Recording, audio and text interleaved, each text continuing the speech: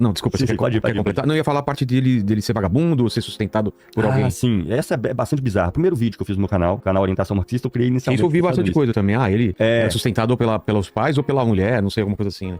Resumo aqui, Vilela, da trajetória, sem me delongar demais, tá? Só para as pessoas entenderem o tamanho do ridículo. Marx foi perseguido a vida inteira por causa das posições dele, pelo Estado. Perseguido pelo Estado a vida toda. O primeiro emprego do Marx foi num jornal chamado Gazeta Renana. Ele assumiu o comitê editorial desse jornal. Quando ele assumiu o comitê editorial desse jornal, o jornal passou para ter uma prensagem 3 vezes maior. O jornal tinha uma linguagem muito abstrata e tudo, ele mudou a editoria, passou a ser um sucesso enorme. O jornal é fechado pelo governo alemão. Ele começa a colaborar em vários outros jornais avulsos, depois ele funda em 48, 49, século XIX, 1848, 1849, gente, teve um processo revolucionário, que ficou conhecido inclusive como Primavera dos Povos, esse nome vem daí. Ele fundou um jornal na Alemanha chamado Gazeta Renana, que ele atingiu um sucesso foi tão grande que ele só perdia pro órgão oficial do governo alemão da época, que era a Prússia, na verdade. A Alemanha tinha vários estados, a Prússia era o maior. Só o órgão oficial do governo vendia mais jornal do que o jornal do Marx. O jornal foi fechado pelo governo. Não só fechado do governo, como ele foi expulso da Alemanha e perdeu sua nacionalidade. Viveu o resto da vida como uma pátria, sem ter uma nacionalidade alguma. Pois bem, ele chegou na Inglaterra, aprendeu a falar inglês, ele se tornou correspondente internacional de um dos maiores jornais dos Estados Unidos, que é o New York Daily Tribune. Trabalhou lá por mais de 10 anos, publicou mais de 600 artigos para esse jornal, e olha que 600 artigos, nós estamos falando de jornais do século XIX.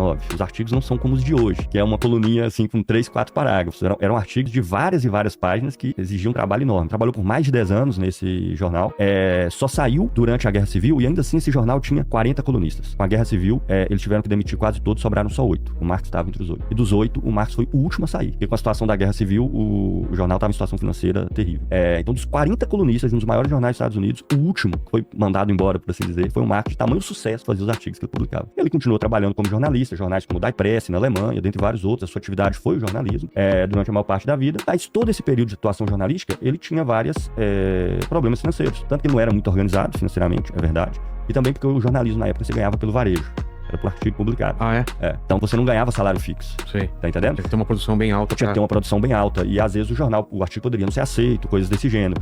Você poderia ter períodos que você publicava muitos e períodos que você publicava poucos. Então ele tinha, sim, problemas financeiros. O Engels, que era amigo dele, ajudou ele várias vezes. No final dos anos 40 foi o contrário, tá? No final dos anos 40, o Engels estava na Alemanha, o Marx digitava esse jornal Gazeta Renana, e era o Marx que bancava o Engels. Eles eram amigos, parceiros mesmo, quase que família. Então, no final dos anos 40, o Marx ajudava o Engels.